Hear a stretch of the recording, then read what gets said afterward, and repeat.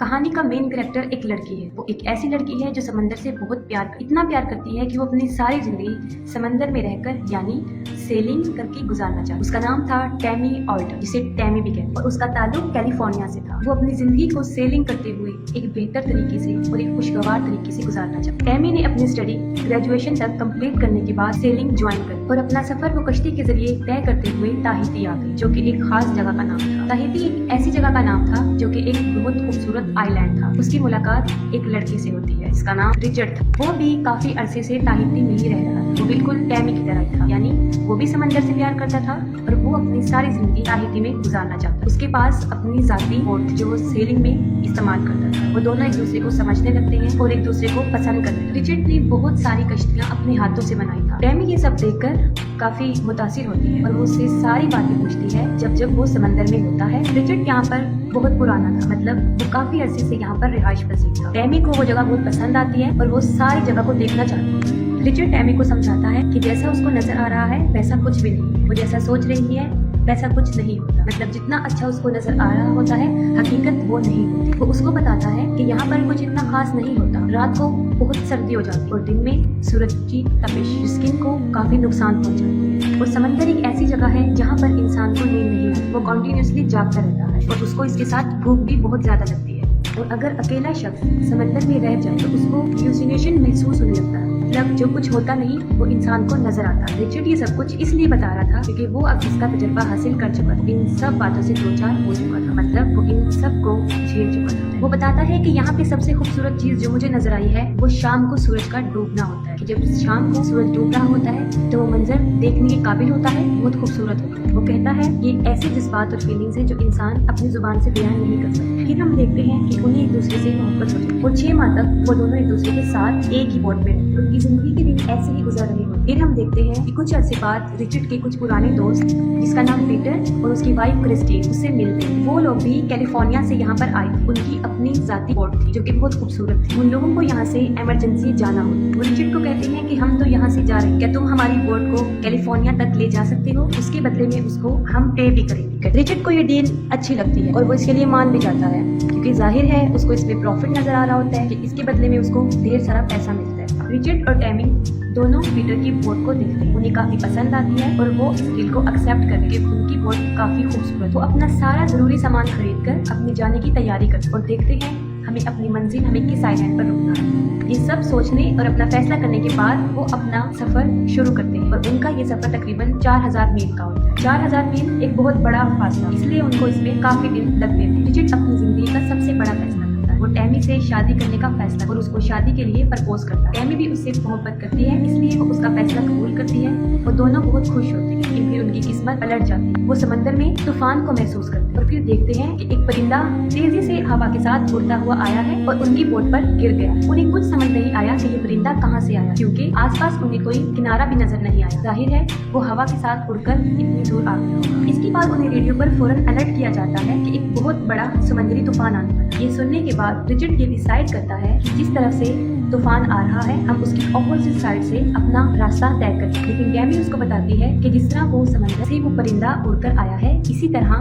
हम भी इस समुद्री तूफान में निकल सकते हैं अगर हम इसके लिए कोशिश करें। रिचर्ड इस फैसले से खुश नहीं होता, लेकिन जाहिर है उन्हें कोई फैसला तो लेना पड़ना था क्योंकि पहले ही उनका बहुत वक्त जाया हो चुका था। उन्होंने जल्दबाजी में जो फैसला लिया वो गलत था और इस गलती का पछतावा उन्हें तब हुआ जब उन्होंने देखा कि एक बहुत बड़ा तूफान उनकी कश्ती के सामने आ रहा है और अपने साथ बहुत बड़ी बड़ी लहरों को ला रहा है, जिस पर काबू पाना काफी मुश्किल है। और इन हालात को देखते हुए वो काफी परेशान हो जाते हैं और अपनी कश्ती को संभालने की कोशिश करते, लेकिन उनसे उनकी कश्ती संभल नहीं पाती। इन हालात को देखते हुए रिचर्ड टैमी को कहता है कि वो फौरन नीचे चली जाए। बहुत बड़ी बड़ी लहरें आती और जैसे ही टैमी अंदर जाती है एक बहुत बड़ी लहर आती है जो रिचर्ड को अपने साथ ले जाती है और टैमी भी वहाँ पर गिर जाती है और बेहोश हो जाती है और उनकी कश्ती पूरी तरह तबाह बर्बाद हो जाती है। सुबह जब उसको होश आती है तो वो अपने आसपास पानी और टूटी हुई कश्ती देखती है। इस वाकये में वो खुद भी काफी जख्मी हो चुकी, जगह जहाँ चोटें लग गई थी उसको काफी तकलीफ भी हुई, लेकिन फिर भी वो हिम्मत करके किसी तरह कश्ती से बाहर आती है और अपने आसपास रिचर्ड को ढूंढती है, लेकिन उसको रिचर्ड कहीं दिखाई नहीं देता। वो रिचर्ड को आवाजें देना शुरू हो जाती है। वो सोचती है कि शायद रिचर्ड बोट से गिर गया और उसको पुकारती पुकारती वो चिल्लाना शुरू करती, लेकिन रिचर्ड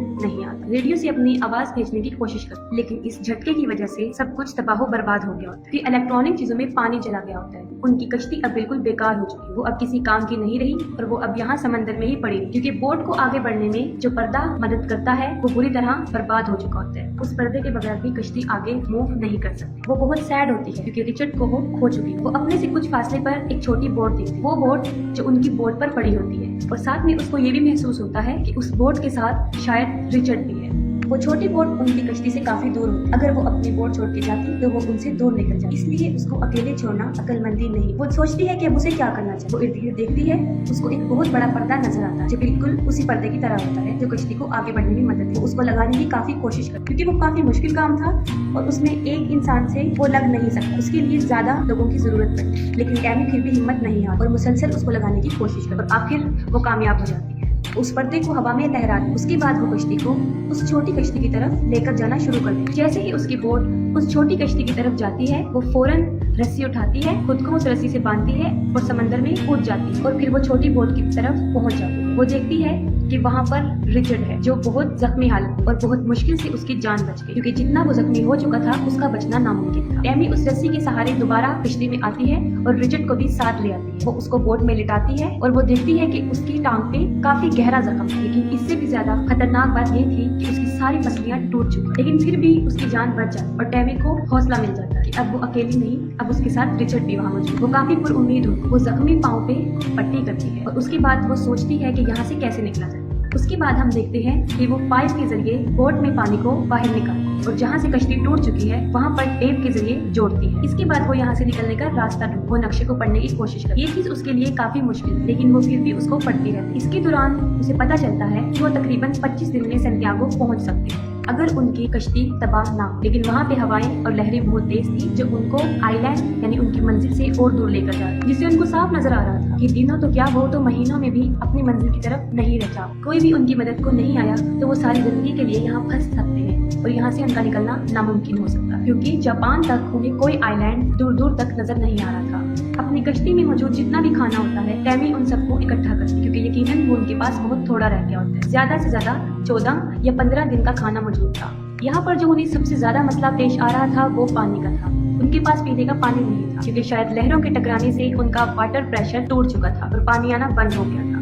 लेकिन उनके पास थोड़ा बहुत पानी था जिस पर वो अपना गुजारा चला रहे थे। ये हालात, ये दिन उनके ऊपर एक इम्तिहान की तरह गुजर रहे, क्योंकि वो एक ऐसी जगह पर मौजूद थे जहाँ पर न फिशर्स आते हैं और न कोई सियाह, क्योंकि वो किनारे से इतना दूर थे कि आम इंसान उनको सोच भी नहीं सकता। वो ऐसा महसूस करते हैं कि अब वो यहाँ से कभी भी नहीं जाए। वो यहाँ पर गुम हो गए और सच में वो यहाँ पर गुम हो चुके थे। उन्हें अपनी मौत साफ दिखाई दे रही। एक तो वो समंदर में फंस गए थे ऐसी जगह पर जहाँ पर उनका बचना नामुमकिन है, और दूसरा खाने पीने की तरफ उनका खाना भी दिन ब दिन कम होता जा रहा है। और जो सबसे बड़ी प्रॉब्लम ये थी कि टैमी वेजिटेरियन। टैमी बहुत परेशान होती है। इस पर रिचर्ड उसको समझाता है कि हमारे पास खाना कभी भी खत्म नहीं हो सकता अगर तुम समंदर से मछलियाँ पकड़ती, और ऐसा करने पर टैमी साफ इनकार कर देती, लेकिन उसके बाद वो फिर भी कोशिश करती है, लेकिन हर बार नाकाम हो जाती। टैमी को अपनी गलती का एहसास होता है। वो रिचर्ड से माफी मांगती। रिचर्ड तो बेचारा किसी काम के काबिल ही नहीं था कि वो पूरी तरह जख्मी हो चुका था और उसकी हड्डियां भी टूट चुकी थी। बारिश आ जाती है, इस पर टैमी बहुत खुश हो जाती और खुशी से चिल्लाने लगती है। उनके पास जितने भी बर्तन मौजूद होते हैं वो सबको उन बारिश के पानी से भर लेती है,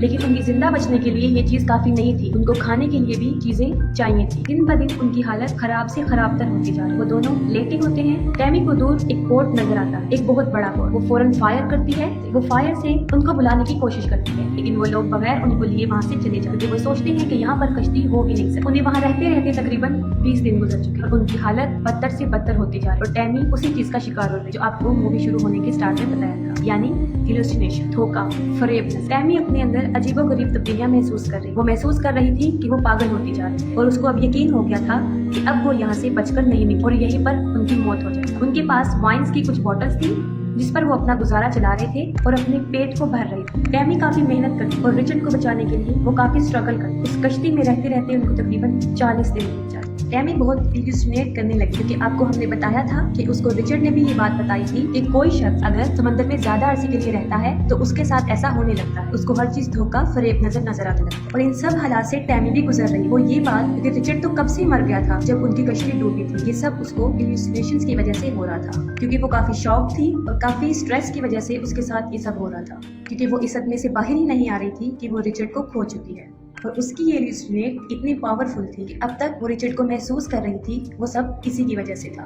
वो कैसे? क्योंकि जिस रिचर्ड को वो महसूस कर रही थी असल में वो था ही नहीं। वो खुद से अकेले में बातें करती रही और उसको लगता था कि उसके आसपास रिचर्ड मौजूद, क्योंकि वो रिचर्ड से प्यार करती थी। और इस बात को एक्सेप्ट करना काफी मुश्किल था कि उसने रिचर्ड को हमेशा के लिए खो दिया। और 40 दिन गुजर जाने के बाद आखिरकार उसको यकीन आ ही जाता है कि अब रिचर्ड नहीं रहा और अब वो अपने इमेजिनेशंस की दुनिया से बाहर आ जाए। काफी मरतबा हम फिल्म में ये देखते हैं कि वो रिचर्ड को महसूस कर रही होती, वो देख रही होती है, लेकिन हकीकत में ऐसा नहीं हो। लेकिन उसकी किस्मत अच्छी थी, उसकी जिंदगी को एक और मौका दिया था और वो देखती है कि एक बोट उससे थोड़ी दूर की फासले पर है, उसकी तरफ आ रहा है। इस बार भी वो गन से फायर कर और फिर उन लोगों को पता चल जाता है कि वो वहाँ पर कोई मौजूद है। और इतने दिनों के बाद इतने नामुमकिन हालात में, जो मैं शुरू में आपको बता चुकी, वो बच जाती है। वो तकरीबन वहाँ पर 41 दिन तक रुकती है। एक काफी लंबा अरसा समंदर में रहना काफी बुरा एक्सपीरियंस हो सकता है और उसकी जान बच जाती है। और ये बहुत सच्चा वाकया है, बिल्कुल हकीकत पर मबनी। इसके बाद भी टैमी सेलिंग नहीं छोड़ और अपनी सारी कहानी को सामने रखते हुए वो किताब लिखती है। वो बताती है कि रिचर्ड ने मेरे मुश्किल वक्त में बहुत साथ दिया और अब तक उसके कानों में उसकी आवाजें गूंजती रही और आज अगर वो किसी की वजह से जिंदा है तो वो सिर्फ रिचर्ड है। मूवी काफी इंप्रेसिव है। आई होप सो आपको अच्छी लगी।